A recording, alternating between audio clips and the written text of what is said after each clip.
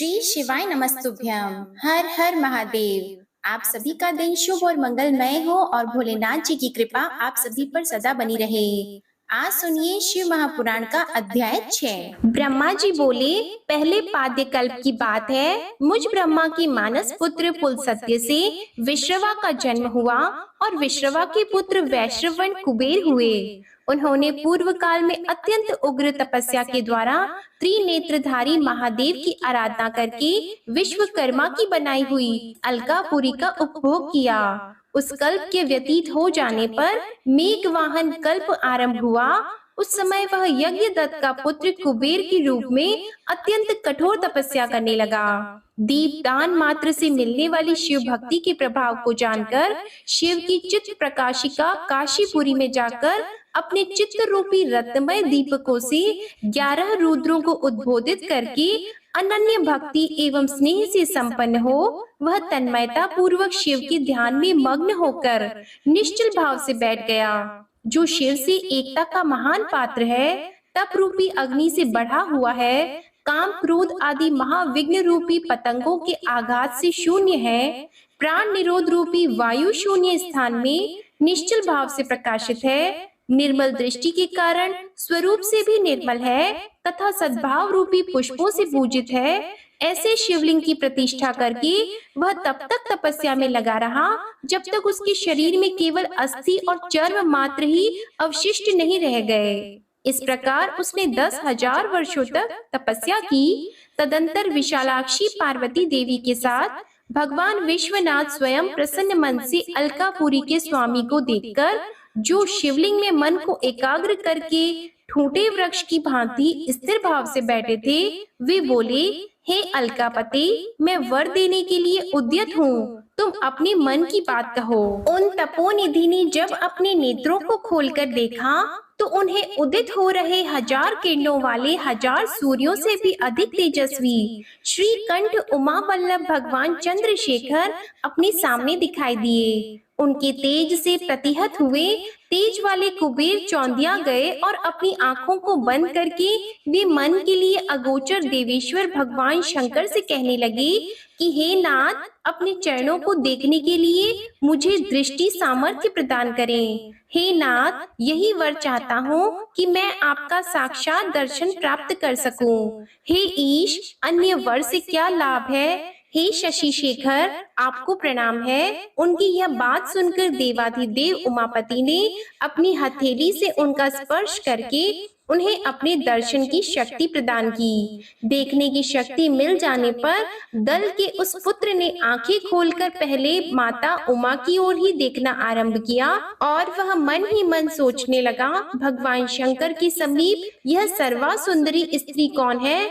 इसने मेरे तप से भी अधिक कौन सा तप किया है। यह रूप, यह प्रेम, यह सौभाग्य और यह असीम शोभा सभी अद्भुत है। वह ब्राह्मण कुमार बार बार यही कहने लगा। बार बार यही कहता हुआ जब वह क्रूर दृष्टि से उनकी ओर देखने लगा, तब पार्वती जी के अवलोकन से उसकी बाईं आंख फूट गई। तदंतर देवी पार्वती ने महादेव जी से कहा, हे प्रभु, यह दुष्ट तपस्वी बार बार मेरी ओर क्यों देख रहा है और देखकर क्या बोल रहा है। आप मेरी तपस्या से प्रकट कीजिए। यह पुनः अपने दाहिने नेत्र से बार बार मुझे देख रहा है। निश्चित ही यह मेरे रूप, प्रेम और सौंदर्य की संपदा से ईर्ष्या करने वाला है। देवी की यह बात सुनकर भगवान शिव ने हंसते हुए उनसे कहा, हे उमे, ये तुम्हारा पुत्र है। यह तुम्हें क्रूर दृष्टि से नहीं देख रहा है, अपितु तुम्हारी तपस्या संपत्ति का वर्णन कर रहा है। देवी से ऐसा कहकर भगवान शिव पुनः उस ब्राह्मण कुमार से बोले, हे वत्स, मैं तुम्हारी इस तपस्या से संतुष्ट होकर तुम्हें वर देता हूँ। तुम निधियों के स्वामी और गुह्यकों के राजा हो जाओ। हे सुव्रत, तुम यक्ष, किन्नरों और राजाओं के भी राजा, पुण्य जनों के पालक और सबके लिए धन के दाता हो जाओ। मेरे साथ सदा तुम्हारी मैत्री बनी रहेगी। और हे मित्र, तुम्हारी प्रीति बढ़ाने के लिए मैं अलका के पास ही रहूंगा, नित्य तुम्हारे निकट निवास करूंगा। हे महाभक्त यज्ञदत्त कुमार, आओ, इन उमा देवी के चरणों में प्रसन्न मन से प्रणाम करो, ये तुम्हारी माता है। ब्रह्मा जी बोले, हे नारद, इस प्रकार वरदान देकर भगवान शिव ने देवी पार्वती से पुनः कहा, कि हे देवेश्वरी तपस्विनी, पुत्र पर कृपा करो, यह तुम्हारा पुत्र है। भगवान शंकर का यह कथन सुनकर जगदम्बा पार्वती अति प्रसन्न चित्त से उस यज्ञदत्त कुमार से कहने लगी कि हे वत्स, भगवान शिव में तुम्हारी सदा निर्मल भक्ति बनी रहे। तुम्हारी बाईं आंख तो फूट गई है, इसलिए एक ही पिंगल नेत्र युक्त रहो। महादेव जी ने तुम्हें जो वर दिए हैं वे सब उसी रूप में तुम्हें सुलभ हो। हे पुत्र, मेरे रूप के प्रति ईर्ष्या करने के कारण तुम कुबेर नाम से प्रसिद्ध हो। इस प्रकार कुबेर को वर देकर महादेव जी माता पार्वती के साथ अपने विश्वेश्वर नामक धाम में चले गए। इस तरह कुबेर ने भगवान शंकर की मैत्री प्राप्त की और अलकापुरी के पास जो कैलाश पर्वत है वह भगवान शंकर का निवास हो गया। ब्रह्मा जी बोले, हे नारद, हे मुनि, कुबेर के तपोबल से भगवान शिव का जिस प्रकार पर्वत श्रेष्ठ कैलाश पर शुभ आगमन हुआ वह प्रसंग सुनिए। कुबेर को वर देने वाले विश्वेश्वर शिव जब उन्हें निधिपति होने का वरदान देकर अपने उत्तम स्थान को चले गए, तब उन्होंने मन ही मन इस प्रकार विचार किया, ब्रह्मा जी के ललाट से जिनका प्रादुर्भाव हुआ है तथा जो प्रलय का कार्य संभालते हैं वे रुद्र मेरे पूर्ण स्वरूप हैं। अतः उन्हीं के रूप में मैं गुह्यकों के निवास स्थान कैलाश पर्वत पर जाऊंगा। रुद्र मेरे हृदय से ही प्रकट हुए हैं। वे पूर्ण अवतार निष्कल निरंजन ब्रह्मा है और मुझसे अभिन्न है। हरि, ब्रह्मा आदि देव उनकी सेवा किया करते हैं। उन्हीं के रूप में मैं कुबेर का मित्र बनकर उसी पर्वत पर विलास पूर्वक रहूंगा और महान तपस्या करूंगा। शिव जी की इस इच्छा का चिंतन करके उन रुद्र देव ने कैलाश जाने के लिए उत्सुक होकर उत्तम गति देने वाले नाद स्वरूप अपने डमरू को बजाया। उसकी उत्साहवर्धक ध्वनि तीनों लोकों में व्याप्त हो गई। उसका विचित्र एवं गंभीर शब्द आह्वान की गति से युक्त था, अर्थात सुनने वालों को अपने पास आने के लिए प्रेरणा दे रहा था। उस ध्वनि को सुनकर ब्रह्मा, विष्णु आदि सभी देवता, ऋषि, मूर्तिमान, आगम निगम तथा सिद्ध वहां आ पहुँचे। देवता और असुर सब लोग बड़े उत्साह में भरकर वहां आए और भगवान शिव के समस्त पार्षद जहाँ कहीं भी थे वहां से उस स्थान पर पहुंच गए। सर्वलोक वंदित महाभाग समस्त गणपाल भी उस स्थान पर जाने के लिए उद्यत हो गए। इन करोड़ों गणाधिपों के अतिरिक्त अन्य बहुत से असंख्य शक्तिशाली गणेश्वर वहां कैलाश चलने के लिए आए। वे सब 1000 भुजाओं वाले थे और जटा मुकुट धारण किए हुए थे। सभी गण चंद्रमा के आभूषण से शोभायमान थे। सभी के कंठ नील वर्ण के थे और वे 3-3 नेत्रों से युक्त थे। सभी हार, कुंडल, केयूर और मुकुट आदि आभूषणों से अलंकृत थे। ब्रह्मा, इंद्र और विष्णु के समान अणिमादि अष्ट महासिद्धियों से युक्त करोड़ों सूर्यों के समान दैदीप्यमान सभी गणेश्वर वहां आ गए। इन गण अध्यक्षकों के अतिरिक्त निर्मल प्रभा मंडल से युक्त महान आत्मा वाले तथा भगवान शिव के दर्शन की लालसा से परिपूर्ण अन्य अनेक गणाधिप अत्यंत प्रसन्नता के साथ वहां पर जा पहुँचे। विष्णु आदि प्रमुख समस्त देवता वहां जाकर भगवान सदाशिव को देखकर हाथ जोड़कर नतमस्तक होकर उनकी उत्तम स्तुति करने लगे। इस प्रकार विष्णु आदि देवताओं के साथ परमेश्वर भगवान महेश महात्मा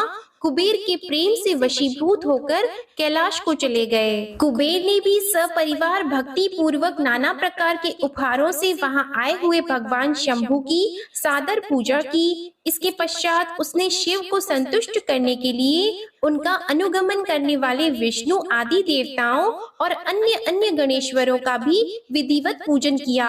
इसके बाद उसकी सेवा को देखकर अति प्रसन्न चित्त भगवान शंभु कुबेर का आलिंगन कर अलकापुरी के अति निकट होकर अपने समस्त अनुगामियों के साथ ठहर गए। तदंतर भगवान शिव ने विश्वकर्मा को अपने और दूसरे देवताओं के भक्तों के लिए उस पर्वत पर निवास हेतु यथोचित निर्माण कार्य करने की आज्ञा दी। हे मुनि, विश्वकर्मा ने भगवान शिव की आज्ञा से वहां जाकर यथाशीघ्र ही नाना प्रकार की रचना की।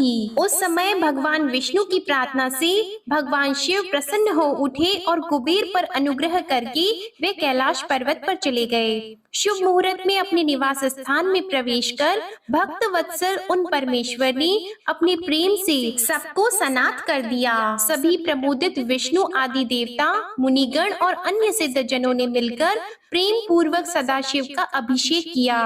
हाथों में नाना प्रकार के उपहार लेकर सबने बहुत महोत्सव के साथ सामने खड़े होकर उनकी आरती उतारी। हे मुनि, उस समय आकाश से मंगल सूचक पुष्प वृष्टि होने लगी और अत्यंत प्रसन्न होकर गान करती हुई अप्सराएं नाचने लगी। क्रमशः उनका पूजन किया और सब ओर जय जयकार और नमस्कार के सुसंस्कृत शब्द गूंजने लगे। उस समय चारों ओर एक महान उत्साह व्याप्त था जो सबके सुख को बढ़ा रहा था। उस समय सिंहासन पर बैठकर भगवान सदाशिव अत्यंत सुशोभित हो रहे थे और विष्णु आदि सभी लोग बार बार उनकी यथोचित सेवा कर रहे थे। सभी देवताओं ने अलग अलग रूप में अर्थ भरी वाणी और अभीष्ट वस्तुओं से लोक मंगलकारी भगवान शंकर का स्तवन और वंदन किया।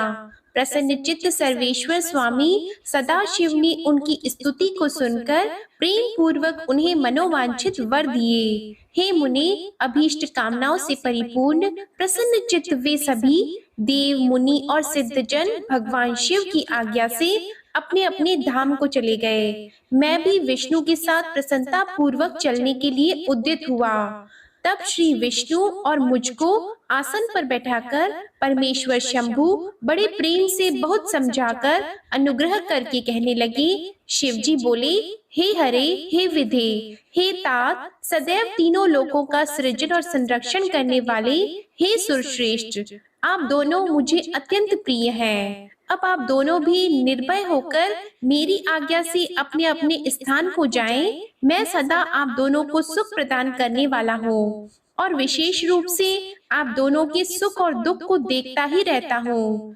भगवान सदाशिव के वचन को सुनकर मैं और विष्णु दोनों प्रेम पूर्वक प्रणाम करके प्रसन्न चित्त होकर उनकी आज्ञा से अपने अपने धाम को लौट आए। योग परायण सब प्रकार से स्वच्छंद तथा सदा ध्यान मग्न रहने वाले भगवान शिव अपने गणों के साथ उस पर्वत श्रेष्ठ कैलाश पर निवास करने लगे। कभी वे अपने ही आत्मस्वरूप ब्रह्मा का चिंतन करते थे, कभी योग में तल्लीन रहते थे, कभी स्वच्छंद मन से प्रेम पूर्वक अपने गणों को इतिहास सुनाते थे और कभी विहार करने में चतुर भगवान महेश्वर अपने गणों के साथ कैलाश पर्वत की देवी मेड़ी, उबड़ खाबड़ गुफाओं तथा कंदराओं में और अनेक सुरम्य स्थानों पर प्रसन्न चित्त होकर विचरण करते थे। इस प्रकार रुद्र स्वरूप परमेश्वर भगवान शंकर, जो नाना प्रकार के योगियों में भी सर्वश्रेष्ठ हैं, उन्होंने अपने उस पर्वत पर अनेक लीलाएं की। इस प्रकार बिना पत्नी के रहते हुए परमेश्वर सदाशिव ने अपना कुछ समय व्यतीत करने के बाद में दक्ष पत्नी से उत्पन्न सती को पत्नी के रूप में प्राप्त किया। तदंतर हे देवर्षि, वे महेश्वर उन दक्ष पुत्री सती के साथ विहार करने लगे। इस प्रकार सती के साथ पति रूप में लोकाचार परायण रहते हुए वे बहुत ही सुखी थे। हे मुनीश्वर, इस प्रकार मैंने आपको रुद्र के अवतार का वर्णन कर दिया है। मैंने उनके कैलाश आगमन और कुबेर के साथ उनकी मित्रता का भी प्रसंग कह दिया है। कैलाश के अंतर्गत होने वाली उनकी ज्ञान वर्धिनी लीला का भी वर्णन कर दिया, जो इस लोक और परलोक में सदैव सभी मनोवांछित फलों को प्रदान करने वाली है। जो एकाग्रचित होकर इस कथा को सम्यक रूप से पढ़ता है अथवा सुनता है, वह इस लोक में सुख भोग कर परलोक में मुक्ति प्राप्त करता है। तब नारद जी बोले, हे विधे, भगवान शंकर की कृपा से आप सब कुछ जानते हैं। आपने भगवान शिव और माता पार्वती की बहुत ही अद्भुत तथा मंगलकारी कथाएं कही हैं। आपके मुखा अरविंद से निकली हुई शंभु की श्रेष्ठ कथा को सुनकर मैं अतृप्त ही हूँ। हे प्रभु, मैं उसे पुनः सुनना चाहता हूँ। हे विदे, पहले आपने भगवान शंकर के पूर्णांश महेशान, कैलाशवासी तथा जितेंद्रिय जिन रुद्र का वर्णन किया, वे योगी जितेंद्रिय विष्णु आदि सभी देवताओं से सेवा के योग्य संतों को परम गति निर्विकार महाप्रभु निर्द्वंद्व होकर सदैव क्रीड़ा करते रहते थे। विष्णु की प्रार्थना से प्रसन्न होकर वे मंगलमयी परम तपस्विनी तथा श्रेष्ठ स्त्री से विवाह करके गृहस्थ बन गए। सर्वप्रथम वे शिवा दक्ष पुत्री हुई और तत्पश्चात पर्वतराज हिमालय की कन्या पार्वती के रूप में उन्होंने जन्म लिया। एक ही शरीर से वे दोनों की कन्या किस प्रकार से मानी गई? वे सती पुनः पार्वती होकर शिव को कैसे प्राप्त हुई? हे ब्रह्मा, यह सब तथा अन्य बातों को भी आप कृपा करके बताएं। सूत जी बोले, शिव भक्त देवर्षि नारद के इस वचन को सुनकर मन से अत्यंत प्रसन्न होकर ब्रह्मा जी कहने लगे, हे तात, हे मुनि श्रेष्ठ, सुनिए, अब मैं शिव की मंगलकारिणी कथा कह रहा हूँ, जिसको सुनकर जन्म सफल हो जाता है, इसमें संशय नहीं। हे तात, पुराने समय की बात है, अपनी संध्या नामक पुत्री को देखकर पुत्र सहित मैं कामदेव के बाणों से पीड़ित होकर विकारग्रस्त हो गया। हे तात, उस समय धर्म के द्वारा स्मरण किए गए महायोगी और महाप्रभु रुद्र पुत्र सहित मुझे धिक्कार कर अपने घर चले गए। जिनकी माया से मोहित हुआ मैं वेदवत्ता होने पर भी मूढ़ बुद्धि वाला हो गया, उन्हीं परमेश्वर शंकर के साथ मैं अकर्णीय कार्य करने लगा। शिव की माया से मोहित हुआ मैं मूढ़ अपने पुत्रों के साथ ईर्ष्यावश उन्हीं को मोहित करने के लिए अनेक उपाय करने लगा। हे मुनीश्वर, उन परमेश्वर शिव के ऊपर किए गए मेरे तथा मेरे उन पुत्रों के सभी उपाय निष्फल हो गए। तब अपने पुत्रों सहित उपायों को करने में विफल हुए मैंने लक्ष्मीपति विष्णु का स्मरण किया।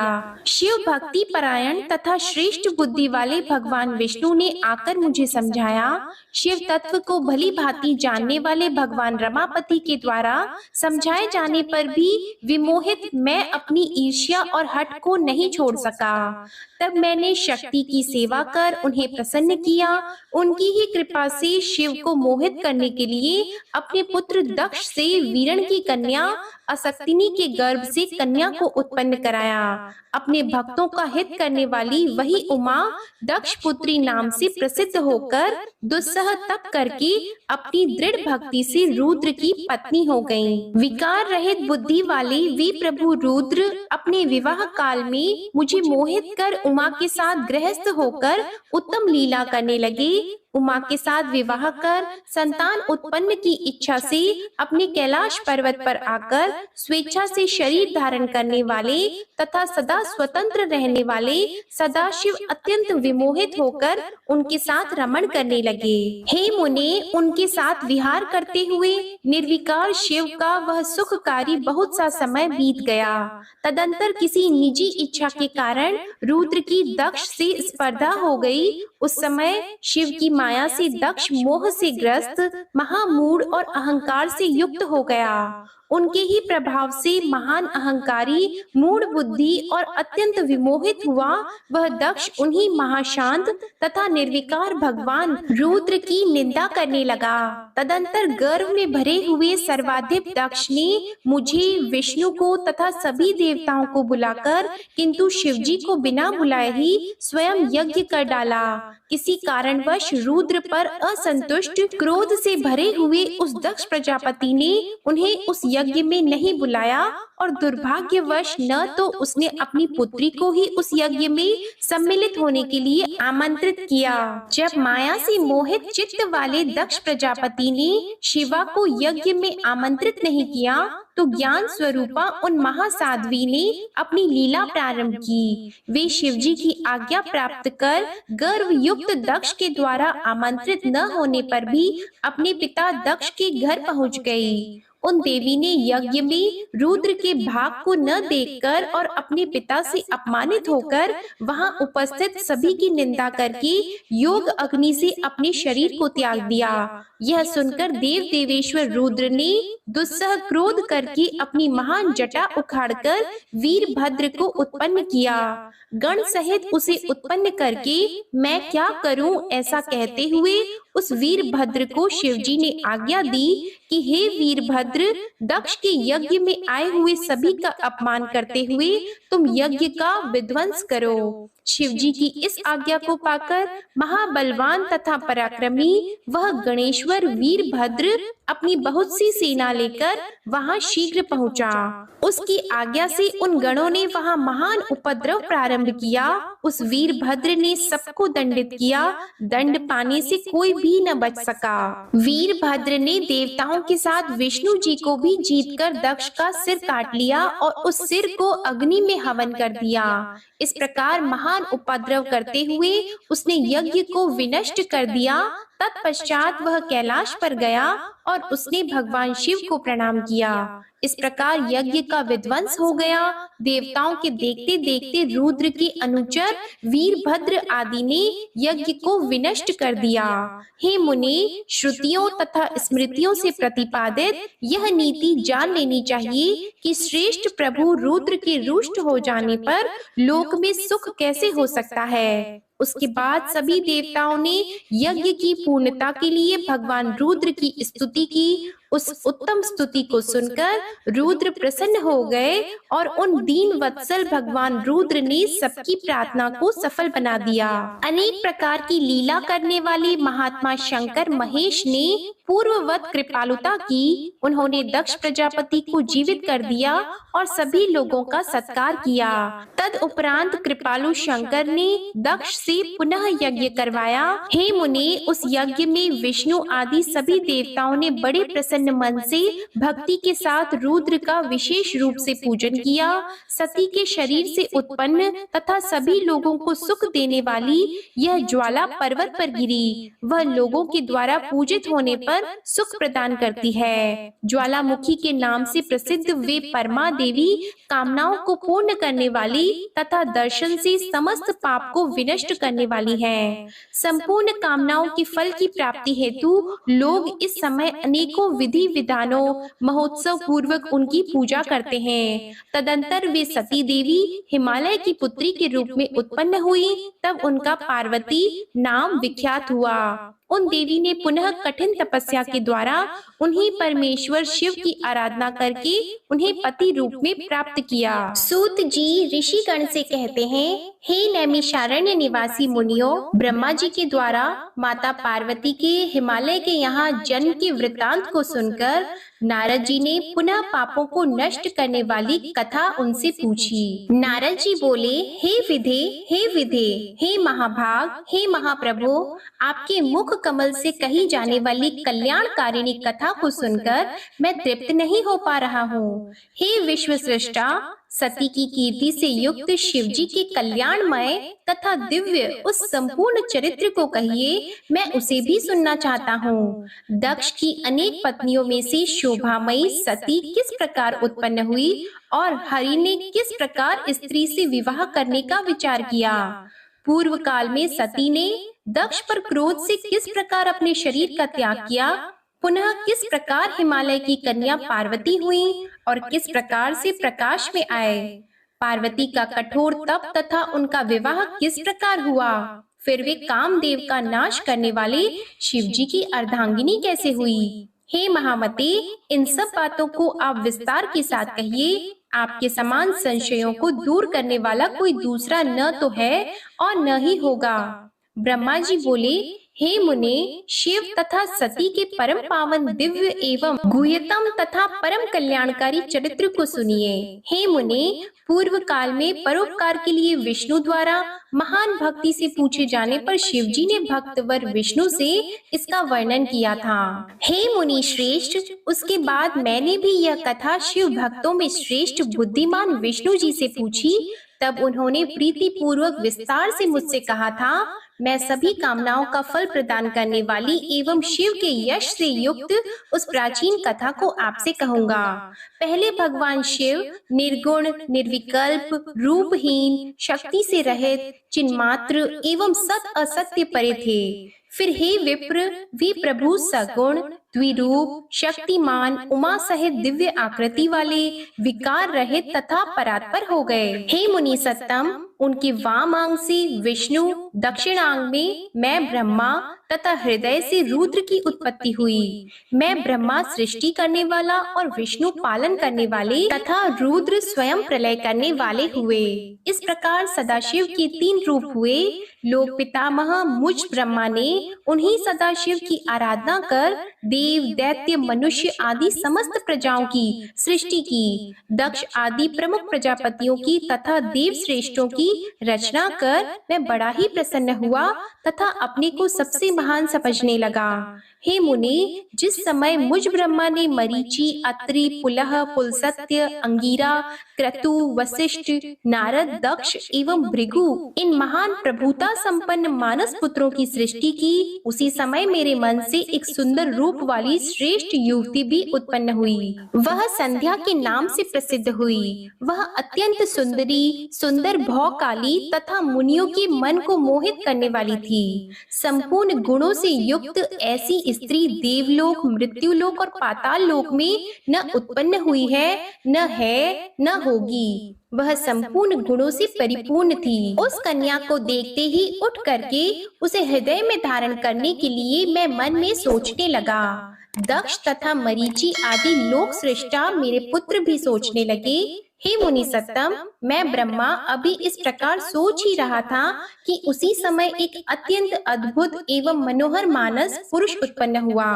हे तात, वह पुरुष तप्त सुवर्ण के समान कांति वाला, स्थूल वक्ष स्थल वाला, सुंदर नासिका वाला, सुंदर तथा गोल उरु कमर जंगा वाला, काले घुघराले बालों वाला, आपस में मिली हुई भौहों वाला, पूर्ण चंद्रमा के समान मुख वाला, कपाट के समान विस्तीर्ण छाती वाला, रोम राजी से सुशोभित, बादल पर्यंत ऊंचे गजराज की समान आकृति वाला, महास्थूल तथा नील वर्ण का सुंदर वस्त्र धारण किए, रक्त वर्ण के हाथ, नेत्र, मुख, पैर और अंगुलियों वाला, खिले हुए कमल के पत्र सदृश नेत्रों वाला, अंगों पर लगे हुए केसर से नासिका को तृप्त करने वाला, मछली के चिन्ह से अंकित ध्वजा वाला, मकर के वाहन वाला, पुष्प धनुष से सुशोभित, कटाक्षपात से अपने नेत्रों को घुमाते हुए मनोहर प्रतीत होने वाला, सुगंधित श्वास से युक्त तथा श्रृंगार रस से सेवित था। उस पुरुष को देखकर मेरे दक्ष आदि पुत्रों का मन आश्चर्य से भर गया और वे उसे जानने के लिए अत्यंत उत्सुक हो गए।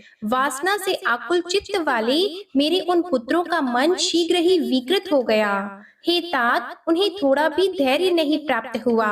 वह पुरुष सृष्टा तथा जगतपति मुझ ब्रह्मा को देखकर विनय भाव से सिर झुकाकर प्रणाम करके मुझसे कहने लगा, हे ब्रह्मा, मैं कौन सा कार्य करूं? मुझे जो कर्म करनीय हो उस कर्म में मुझे नियुक्त कीजिए। हे विधाता, आप मेरे मान्य पुरुष हैं। मैं आपकी आज्ञा का पालन करूं, यही उचित है तथा इसी से मेरी शोभा भी होगी। मेरे लिए जो अभिमान योग्य स्थान हो तथा जो मेरी पत्नी हो उसे मुझे बताइए। हे त्रिलोकेश, आप जगत के पति हैं। ब्रह्मा जी बोले, उस महात्मा पुरुष के इस वचन को सुनकर मैं ब्रह्मा अत्यंत आश्चर्यचकित हो गया और थोड़ी देर तक कुछ नहीं बोला।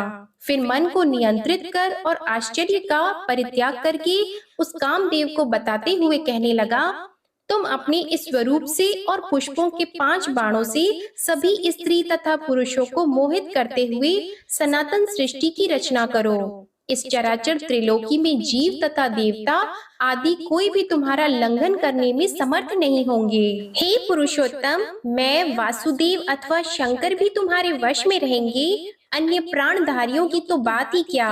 तुम गुप्त रूप से प्राणियों के हृदय में प्रवेश करते हुए स्वयं सबके सुख के कारण बनकर सनातन सृष्टि करो। समस्त प्राणियों का विचित्र मन तुम्हारे पुष्प वर्गों का सुख पूर्वक भेदने योग्य लक्ष्य होगा।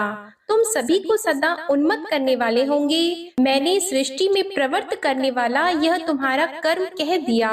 ये मेरे पुत्र तत्व पूर्वक तुम्हारे नामों का वर्णन करेंगे। ब्रह्मा जी बोले, हे सुरश्रेष्ठ, ऐसा कहकर अपने पुत्रों के मुख की ओर देखकर क्षण भर के लिए मैं अपने पद्मासन पर बैठ गया।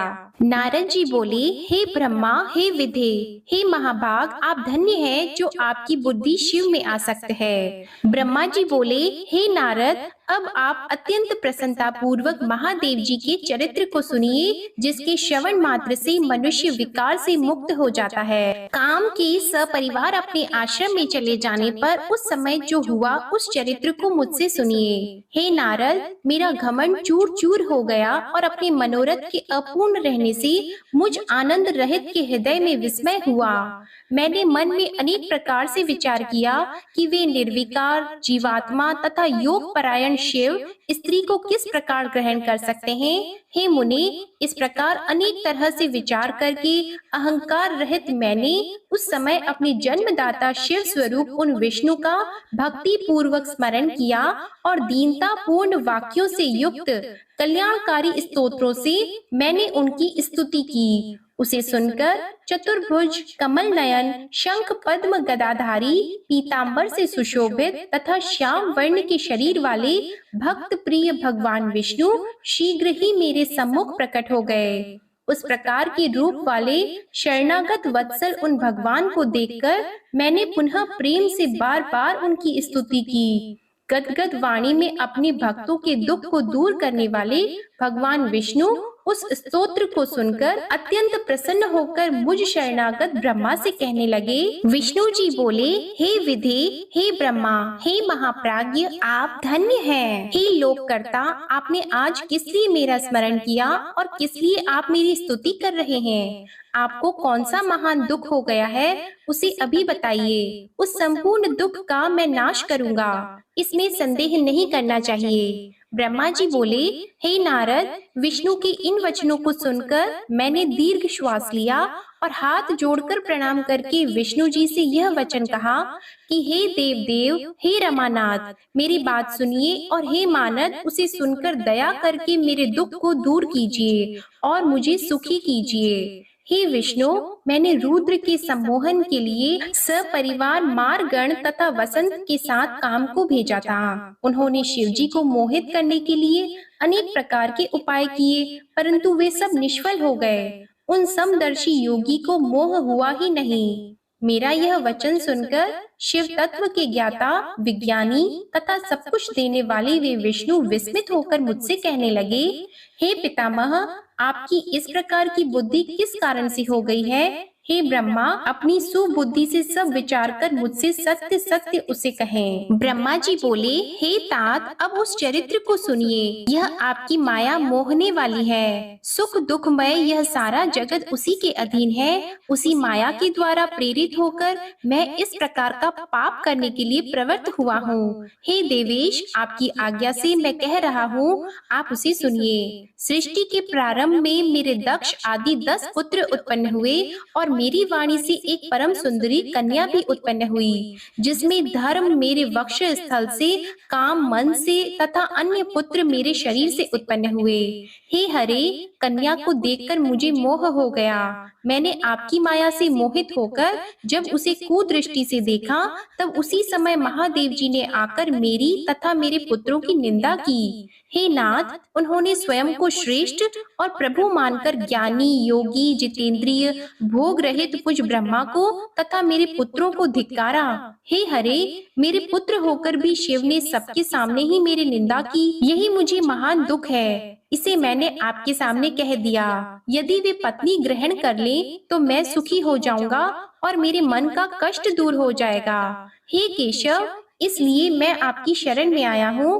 ब्रह्मा जी बोले, हे नारद, मुझ ब्रह्मा का यह वचन सुनकर विष्णु हंसकर मुझ सृष्टिकर्ता ब्रह्मा को हर्षित करते हुए शीघ्र ही कहने लगे। विष्णु जी बोले, हे विधे, संपूर्ण भ्रम का निवारण करने वाले और वेद तथा आगम द्वारा अनुमोदित परमार्थ युक्त मेरे वचन को सुने। हे विधे, वेद के वक्ता तथा समस्त लोक के कर्ता होकर भी आप इस प्रकार महामूर्ख तथा दुर्बुद्धि किस प्रकार हो गए? हे महात्मन, आप अपनी जड़ता का त्याग करें और इस प्रकार की बुद्धि न करें। संपूर्ण वेद स्तुति द्वारा क्या कहते हैं, अच्छी बुद्धि से उसका स्मरण करें। हे दुर्बुद्धि, आप उन परेश रुद्र को अपना पुत्र समझते हैं। हे विधि, आप वेद के वक्ता हैं, फिर भी आपका समस्त ज्ञान विस्मृत हो गया है। ऐसा ज्ञात होता है कि इस समय आपकी सुबुद्धि नष्ट हो गई है और आप में कुमति उत्पन्न हो गई है, जो आप शंकर को सामान्य देवता समझकर उनसे उनसे द्रोह कर रहे हैं। हे ब्रह्मा, निर्णय करके वेदों में वर्णित किया गया जो कल्याणकारक तत्व सिद्धांत कहा गया है, उसे आप सुनिए और सुबुद्धि रखिए। शिव जी ही समस्त सृष्टि के कर्ता, भर्ता, हर्ता, पर ब्रह्मा, परेश, निर्गुण, निर्देश्य, निर्विकार परमात्मा, सबका अंत करने वाले, स्वामी, महेश्वर आदि नाम धारण करने वाले, अपने में आनंदित रहने वाले, उत्तम शरीर वाले योगी तथा सदैव दीनों पर दया करने वाले हैं। जो ऐसे स्वामी हैं, उन्हें आप अपना पुत्र मानते हैं।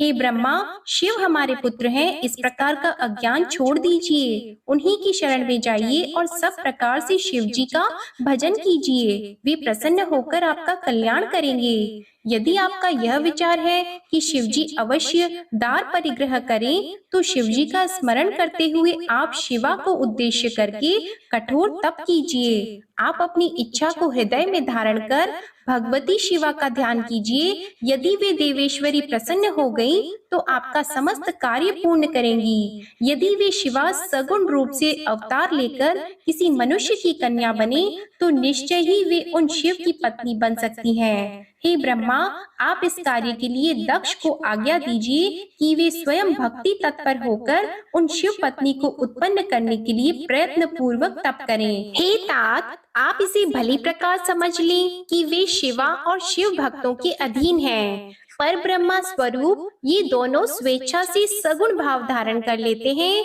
ब्रह्मा जी बोले, लक्ष्मीपति भगवान विष्णु ने इस प्रकार कहकर तत्क्षण अपने प्रभु शिव जी का स्मरण किया और उसके बाद उनकी कृपा से ज्ञान प्राप्त कर वे मुझसे कहने लगे। विष्णु जी बोले, हे ब्रह्मा, पूर्व काल में शिव जी की इच्छा से उत्पन्न हुए हम दोनों के द्वारा प्रार्थना करने पर उन्होंने जो जो वचन कहा था उसका स्मरण कीजिए। आप वह सब भूल गए हैं। शिव जी की जो पराशक्ति है वह धन्य है। उसी ने इस समस्त जगत को मोहित कर रखा है।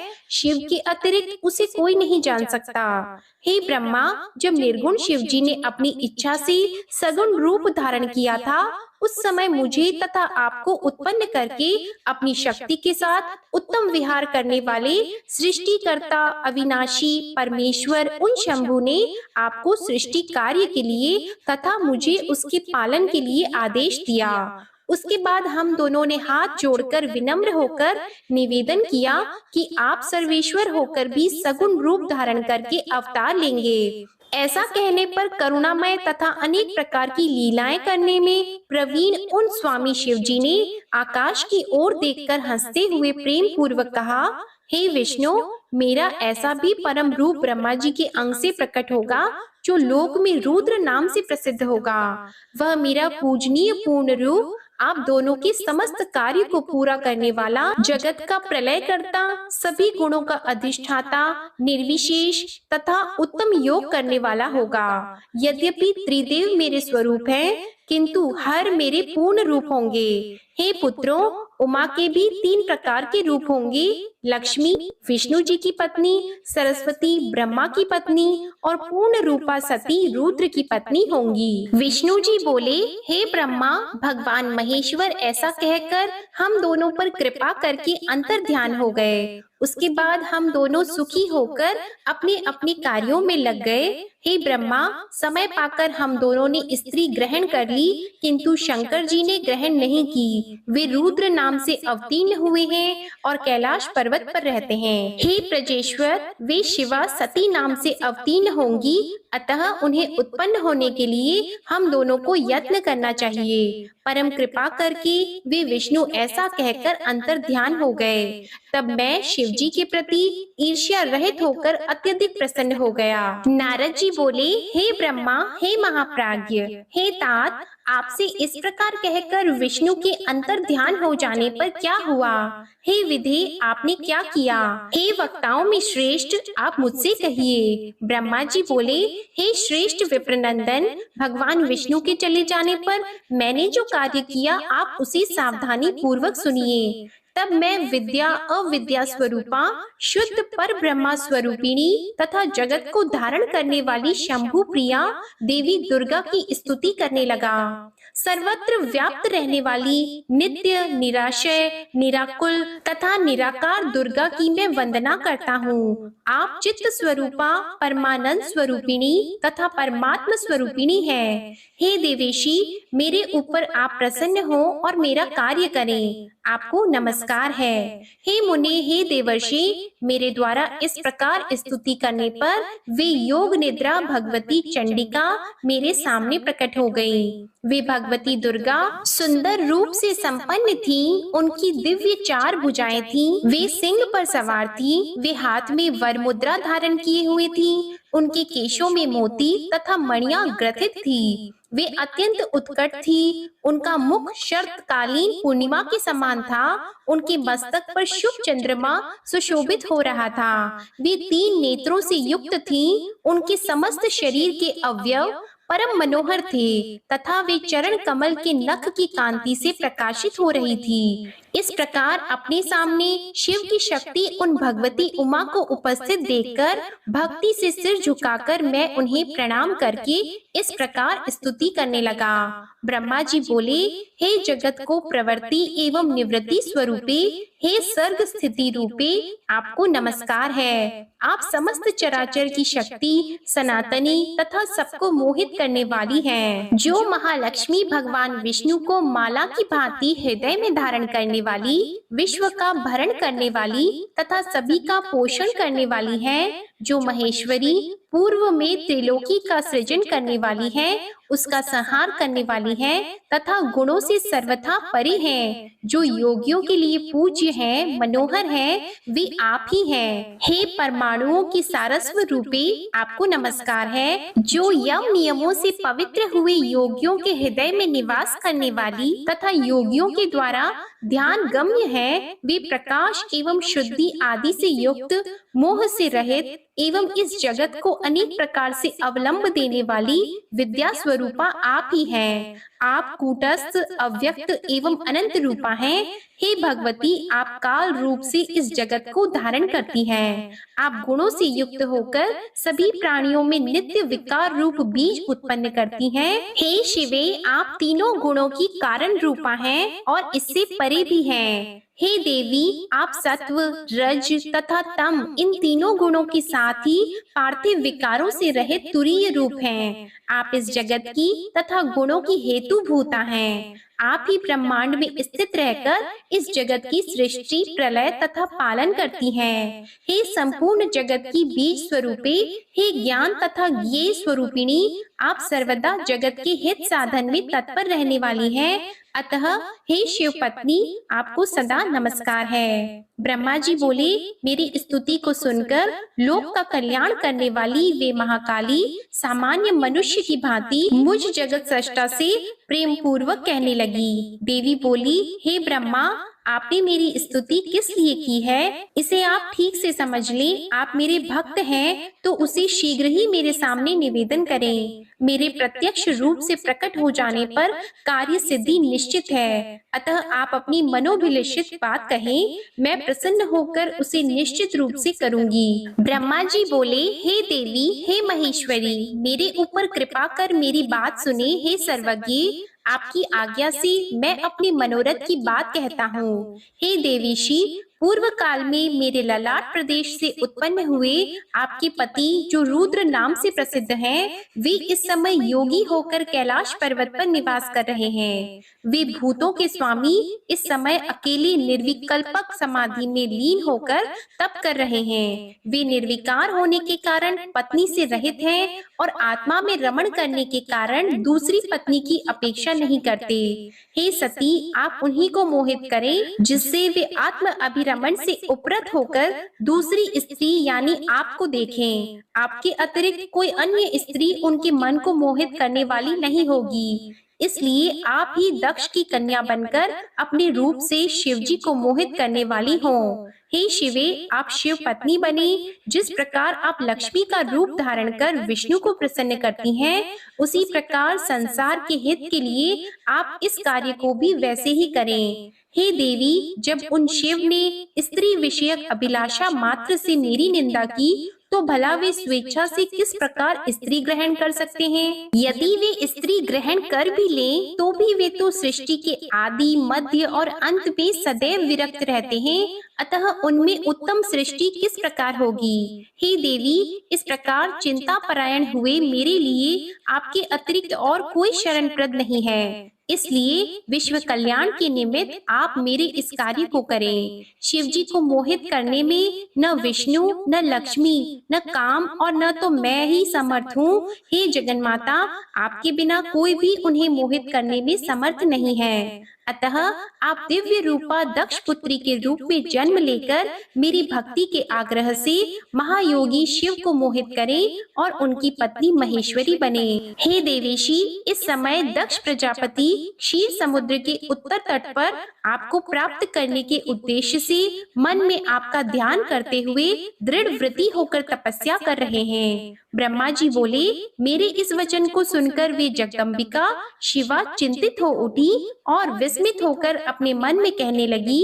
देवी बोली, वेद वक्ता और जगत कर्ता ये विधाता महान अज्ञान से युक्त होकर कैसी बात कर रहे हैं? अहो, यह महान आश्चर्य है। ब्रह्मा के चित्त में ऐसा यह दुखदायी महान मोह कैसे उत्पन्न हो गया कि वे निर्विकार परमात्मा को भी मोहित करना चाहते हैं? ये ब्रह्मा मुझसे शिव जी के मोह का वर चाहते हैं, इनका कौन सा लाभ है? वे प्रभु तो निर्विकल्प हैं, निर्मोह हैं। वे शंभु निर्विकार, निर्गुण तथा पर ब्रह्मा हैं और मैं तो सदा उनकी आज्ञा में रहने वाली दासी हूँ। वे स्वतंत्र परमेश्वर शिव भक्तों के उद्धार हेतु अपने पूर्ण रूप से रुद्र नाम से अवतीर्ण हुए हैं। वे रुद्र ब्रह्मा तथा विष्णु के भी स्वामी हैं और किसी भी प्रकार शिव से कम नहीं हैं। वे योग का आदर करने वाले, माया से रहित, मायापति तथा पर से भी परे हैं। अज्ञान से मोहित ये ब्रह्मा उन्हें अपना आत्मज तथा सामान्य देवता समझकर मोहित करना चाहते हैं।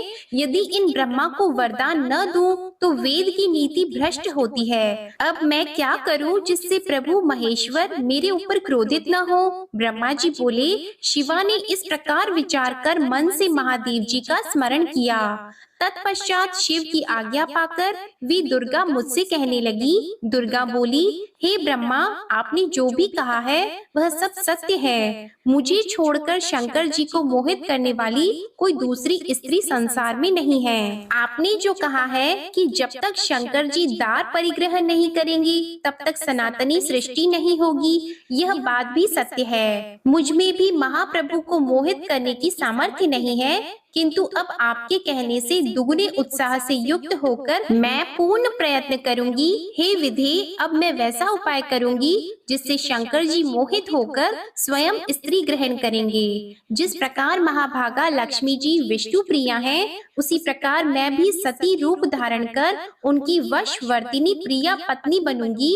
वे भी जिस प्रकार से मेरे वशवर्ती बने रहें, मैं भी उन्हीं की कृपा से वैसा ही यत्न करूंगी। हे पितामह, मैं दक्ष की पत्नी के गर्भ से सती रूप से जन्म लेकर अपनी लीला के द्वारा शिव जी को प्राप्त करूंगी। जिस प्रकार संसार में अन्य प्राणी स्त्री के वश में होते हैं, उसी प्रकार मेरी भक्ति से वे महादेव जी भी स्त्री के वशवर्ती बने रहेंगे। ब्रह्मा जी बोले, हे तात, मुझसे इस प्रकार कहकर वे जगदम्बा शिवा मेरे देखते ही देखते अंतर ध्यान हो गई। उनके अंतर ध्यान हो जाने पर मैं लोक पितामह ब्रह्मा वहां गया जहां मेरे पुत्र थे और मैंने उनसे सब कुछ वर्णन किया। नारद जी बोले, हे ब्रह्मा, हे शिव भक्त, हे प्राज्ञ, हे निष्पाप, आपने शिवा तथा शिव के कल्याणकारी चरित्र का भली भांति वर्णन किया और मेरे जन्म को पवित्र कर दिया।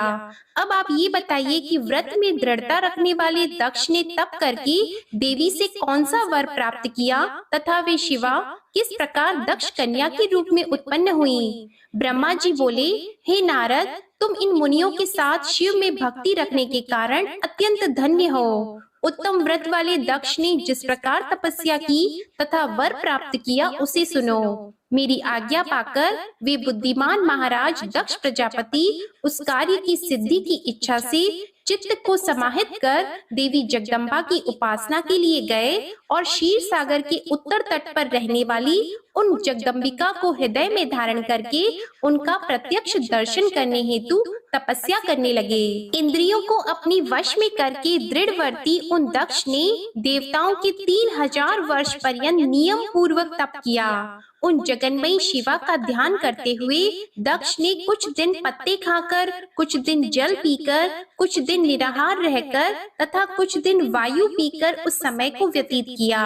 इस प्रकार वे सुवृद्ध दुर्गा के ध्यान में संलग्न होकर बहुत समय तक तपस्या करते रहे और अनेक नियमों से देवी की आराधना करते रहे। तब हे मुनि श्रेष्ठ, अहिंसा, ब्रह्मचर्य आदि नियमों से युक्त होकर जगदम्बा की पूजा करते हुए उन दक्ष के सामने जगदम्बा शिवा प्रत्यक्ष हुई। तब दक्ष प्रजापति ने उन जगन्मयी जगदम्बा को अपने सामने प्रत्यक्ष देखकर अपने को कृतकृत्य समझा। सिंह पर सवार कृष्ण वर्ण वाली, सुंदर मुख वाली, 4 भुजाओं वाली, हाथों में वर अभय नील कमल तथा खड़ग धारण करती हुई, मनोहर लाल नेत्रों वाली, बिखरे हुए बालों से युक्त, जगत की जन्मदात्री तथा सुंदर कांति वाली उन कालिमा को प्रणाम कर दक्ष प्रजापति ने अपनी विचित्र वाणी से उनकी स्तुति की। दक्ष बोले, हे जगदम्बे, हे महामाए, हे जगदीश्वरी, हे महेश्वरी, आपने कृपा करके मुझे अपने रूप का दर्शन दिया है, आपको मेरा नमस्कार है। हे भगवती, हे आद्ये, मुझ पर प्रसन्न हो। हे शिव रूपिणी प्रसन्न हो। हे भक्त वरदे प्रसन्न हो।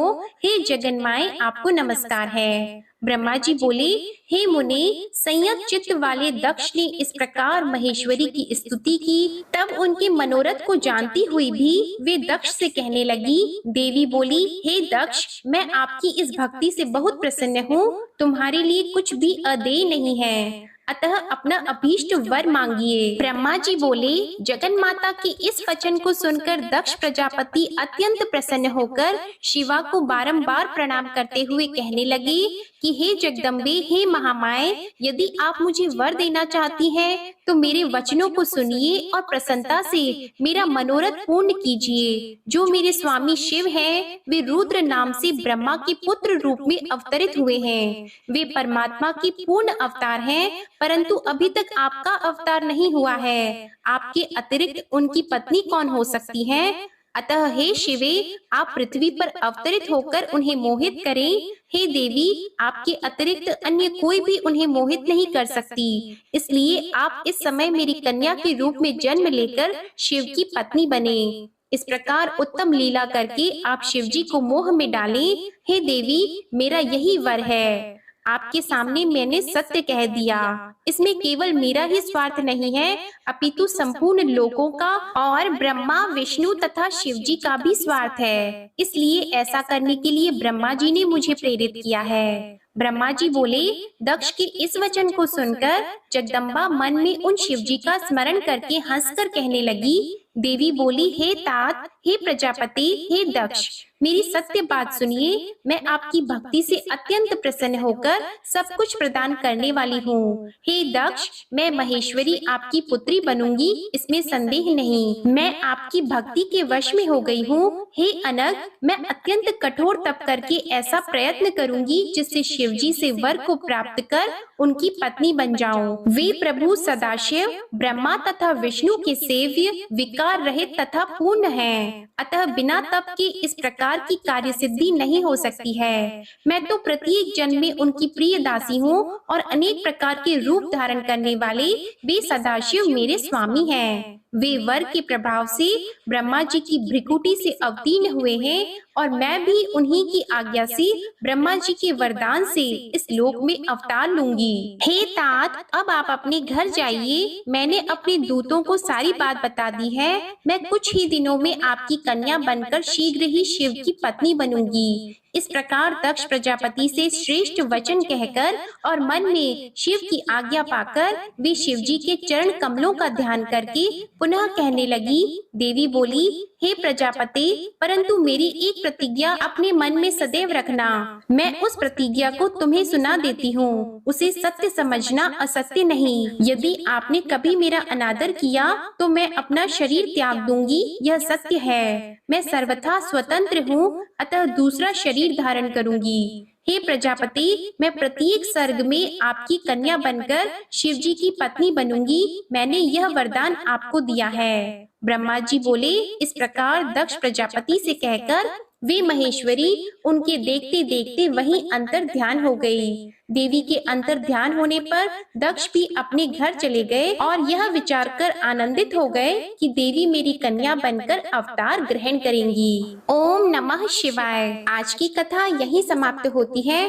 बोलिए माता पार्वती और महादेव जी की जय। आज की कथा पसंद आए तो वीडियो को लाइक करिएगा, शेयर करिएगा, कमेंट में माता पार्वती और भगवान शंकर की जय लिखिएगा और चैनल को जरूर सब्सक्राइब करिएगा। इसी के साथ आज आप हमारे चैनल पर सावन मास महात्म्य की कथा और बुधवार व्रत कथा भी जरूर सुनिएगा। प्रेम से बोलिए हर हर महादेव। ओम नमः शिवाय।